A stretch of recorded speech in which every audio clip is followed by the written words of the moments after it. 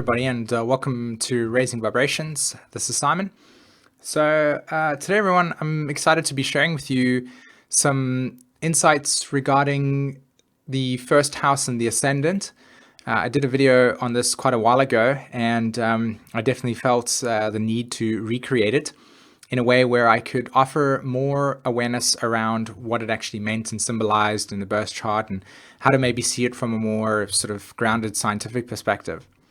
So what I want to be offering with you today is a connection between how the Ascendant works in the physical or the physicality of life, but also how to see it in the birth chart from an intuitive perspective, so you can really be able to craft your magic when talking to somebody about the Ascendant. And I think this is something that I want to be pioneering as I move forward in my YouTube channel and the stuff that I share, which I have spoken about in the past already. And that is to really make a connection with everybody in a way that allows you to take this information and go, hey, I feel really, really secure when talking about astrology, when I get asked questions like, yeah, but that's rubbish, because how can that work? And it gives you the opportunity to really bring to the table the other side. You know, it's like, oh, okay, well, no, actually it doesn't. And here's a way to understand it. So that's what I'm going to try and accomplish today. And I really hope that I do. Let me know if in the comments below if I haven't, and if there's anything that I could change in regards to that. Okay, so the Ascendant in itself is an aspect, and I've spoken about this, it is the rising sign. Okay, so why is it called a rising sign? Because it is the point in our consciousness that we are becoming aware of in every single moment. Hence the statement rising, because when you awaken in the morning, you are awakening to the day. So the fact that the rising sign in itself represents that state of understanding, we are already looking at something that is about self-discovery and not who we are, right? And so therefore the Ascendant is, how do I understand myself in relationship to what I'm in a constant state of becoming? So as an example, and I'll mention this in the video as well, it's like learning to understand what life means to you through mistakes, Aries. So this is what I'm going to be trying to do today. And I've got some illustrations for you, and I really want to make the connection to the physical body as well. But before I jump into that, I also wanted to let you know that Aries and the Ascendant and the first house will always dictate this feeling of anxiety. And we need this feeling of anxiety to, in some way, shape, or form, exist, because it's the physical body telling us that there's a new experience happening.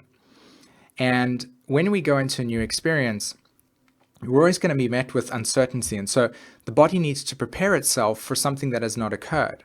So it's actually a defense mechanism to say, hey, I need you to explore so that you can become more awake to whatever it is that you're seeking to try out.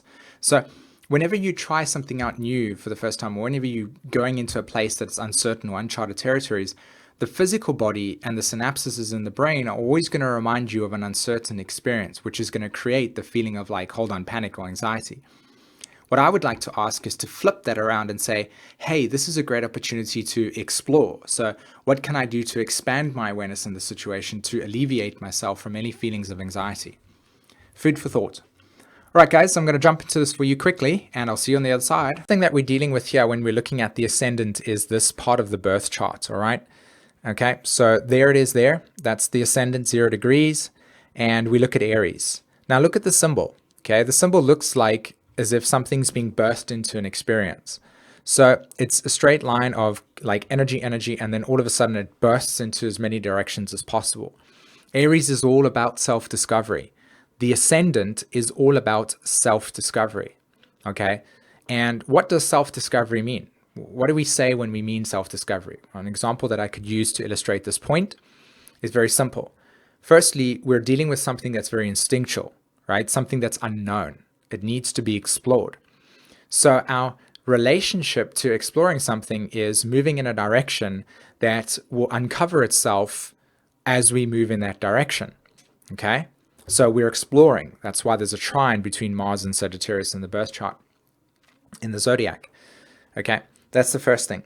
The second thing is when, for instance, the baby is walking around, okay, because remember that baby represents newness, it represents exploration. It's that desire to incarnate into the body to find itself.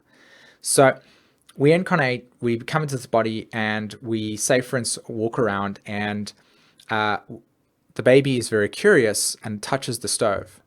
Okay. And the stove burns the baby. Now, what happens here is that we're dealing with exploration of something that we weren't aware of. And so, what is occurring is environmental feedback. And that is what the Aries and the Ascendant is about. It is how we act instinctually through the necessity for exploration of something that we don't know, that then becomes our awareness through environmental feedback. Because once we have done those things in a way, we start to develop within ourselves automatic responses of what is right and what is wrong, or what is okay and what isn't okay, or what is direction, what isn't direction. So you know that the baby won't touch the stove again because it remembers through imprinting that hurt. And we do that with everything. So I'll try something new out. It doesn't get a good response. I'll think to myself, is that really good? Is it working? And so on and so forth. And this is really important for everybody to understand, that at the moment, if you're generally interested in the nature of the cosmos and how things from an astrological perspective are going, Pluto and Uranus have been in this square between each other. Uranus is in Aries, so there's an instinctual new direction regarding our individuality. Like, this is freedom, man. We want freedom. But what does it mean for us as a race?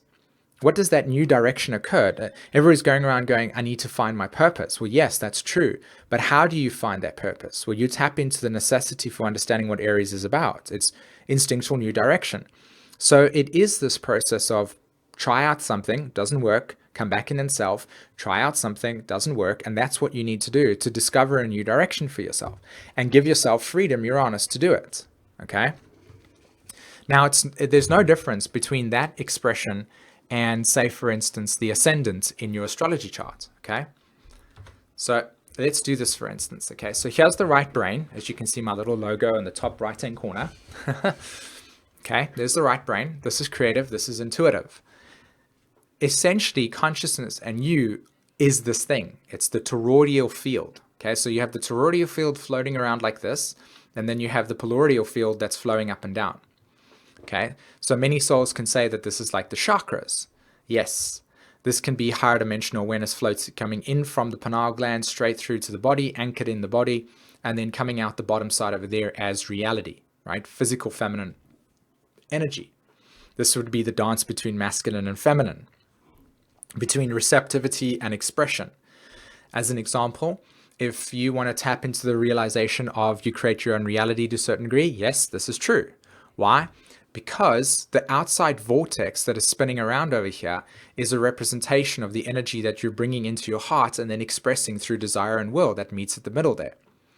As above, so below. So if you're eating food and putting it into your energetic field, then what's going to come out the other side is going to be a representation of what your body's digested. This is the right brain, intuitive aspect. This is what you are on a multidimensional level. Okay? But what does that look like in the feminine, in the more physical form? And how do we understand the Ascendant? And what is the Ascendant? Okay. So that expression, and this is what I'm going to get to right now. So you have the spinal reflex, okay? You have the skin. Sharp object stabs skin and causes pain, right? What we have here is then in our bodies, we have these sensory neurons, okay? That pick up pain through stimulus. They then send the information through the nervous systems. The motor neuron sends out a message to pull away the hand. The muscle responds by contracting and pulling away the hand. This is connected to the spinal column. Okay? Right, so this is super easy, right? And you can see this current. Can you see this electrical current that's occurring? Uranus. Skin, Capricorn. Aries, action. Okay? Spinal reflex. Okay, so what we have here is the message relays through another neuron in the spinal cord, right back out to the muscle for a quick response. Right, so baby touches the stove. Oh my gosh, that's hot. I'll never do that again. It gets assimilated into the brain, into the cortex. It's memory, it's cellular memory that's been imprinted. So just as this is the left brain, right? This is the more physical aspect. This is our more scientific understanding of how it's operating. So when we have the Ascendant, We are trying things out for the first time, and then through our psychic responses, i.e., when we look at something, like we're having a conversation with somebody and somebody's, treats us badly, we don't actually have, like, we do absolutely. The nervous system tells us that this is not okay because the energy that's coming at us is like negative, right? So this is why it's like negative people, get away from them, right? In that sense, like, it's really, really a misunderstood concept, but we won't get into it right now. But what I'm trying to illustrate here is that psychically, we are dealing with interactions with things. And in order for us to understand what is appropriate for us and what is not appropriate for us, we require the body. We require the nervous system. We require our response to our environment using these two systems that are in place. Okay? So when we understand this process, and you look at the work that I do, you'll always notice that I'm dealing with a lot of things like it's the spine, Jacob's ladder, and the brain, the five senses, the phi ratio. Okay, so this is essentially what we are. The body in itself is just a vehicle that we use to experience ourselves in the physical plane, but you must remember that we're dealing with the spiritual realm as well. So this response here then becomes the way that we create the reality in our experience, okay? So as I said again, this field would be our psychic field. This field would be our fifth, sixth, seventh dimensional energetic body, okay? Whereas this one is the third dimensional body and the third dimensional process. So you can already see that what we are dealing with here on our physical lives through the Ascendant, through Aries, through Mars, is that we incarnate into this life to self-discover. And the body is the vehicle that allows us to discover that through spiritual means, in other words, psychic responses to situations, like our environment is telling us, look, dude, this is not okay. And that will manifest in the body as maybe dis-ease or massive anxiety or feelings of uncertainty, which we'll get into. And so the body tells you through its senses, like, what is occurring here? Now, because we have, as human beings, become so distracted and disassociated from our physical body, right? Jupiter and Virgo now moving through, nodes moving into Virgo. Let's do this, guys. Let's wake up to what's going on here. The potential for us really healing ourselves is huge when we understand what's actually occurring, which is that through consistent bombardment of, like, watching television programs where there's guns and violence, through emotional programming that teaches us about emotional shock, etc., we over a period of time have assimilated into ourselves by the manipulation of our nervous system that it's completely like, this is okay. Like, we can accept it. We've become so desensitized from it that when we have, like, a new age movement come in and it's all about connecting to consciousness and all this type of stuff and sending light and love, it doesn't matter if you yourself are not connected to your own core, because your consciousness is still outside of yourself. So you're still detached from your vehicle. So the detachment has occurred because of the numbing down of the nervous system through the foods that we eat. This is why when you say, for instance, choose to become vegan in some way, or choose to desensitize yourself from removing heavy metals out your body, you're doing it because you're opening up and healing your nervous system, which is the be-all and end-all of the story. If you're not healing that as a modality for your spirituality, then you are not giving yourself the opportunity to open up to the more wider dimensions of reality that are occurring in the more subtle bodies, i.e. that. So you're dealing with a lot of souls, unfortunately, and especially like myself, and this is why I'm doing this work, to illustrate to you that, remember when you say incarnated into a past life and where you were at war? Like, why is the war military boot camp experience so incredibly harsh? Because at some point you're having to learn to dissolve your sensory perception so that when you're responding to situations of a massive trauma, you're not going, oh, I'm running away from this situation, screw this. You're going like, you're responding with fight or flight. So this is important for us to recognize that this part of ourselves, the spinal column and the nervous system, and the response that it has through the brain and the connection to the brain, is Uranus. This is the electrical system. And we are healing and moving through situations and circumstances where this has been damaged through our behavior, and of course through bombardment of many different types of media that are consistently telling you that there's something wrong with the world and there's going to be an explosion here. And this is what's being manipulated, is the sensory body. And this then becomes the vehicle for your own misinformation. So it's not even a case of like manipulation in terms of it on purpose. It's just using our own physical ability to disable ourselves. So if you truly want to wake up to your story, if you truly want to wake up to your understanding, the ascendant is a representation of how we respond to our environment and how do we react to them at self-discovery. And the physical representation of it is the nervous system. That's why it's so important for us to recognize that if we want to change our reality, you actually have to do the Saturn work, which is wake up every single day and manifest in accordance with what you believe to be true. Otherwise, it's never going to materialize. And that's where, again, disempowerment comes from. It's like the nervous system has been so distorted and damaged that our response or automatic response to things that bring us excitement, i.e. Uranus, like, hello, this is the way to go, we instantaneously through the brain tell it's not okay because it's been programmed that way. So it's like, shut it down. So if you want to empower your life, you've got to recognize that not only is your spiritual journey about healing the nervous system and allowing your physical body to actually see the changes, you've got to recognize that it is the process of doing that literally shows the mind, the brain, that this is occurring. As an example, I'm originally from South Africa, and during apartheid, I grew up during that period of time. And, you know, unfortunately, when I left school, there was a slow integration of the black people being emancipated from their spiritual bondage. And because that was the case, a lot of the white souls that were, and you must remember that there's no division in my consciousness here, so please, I'm not being racist.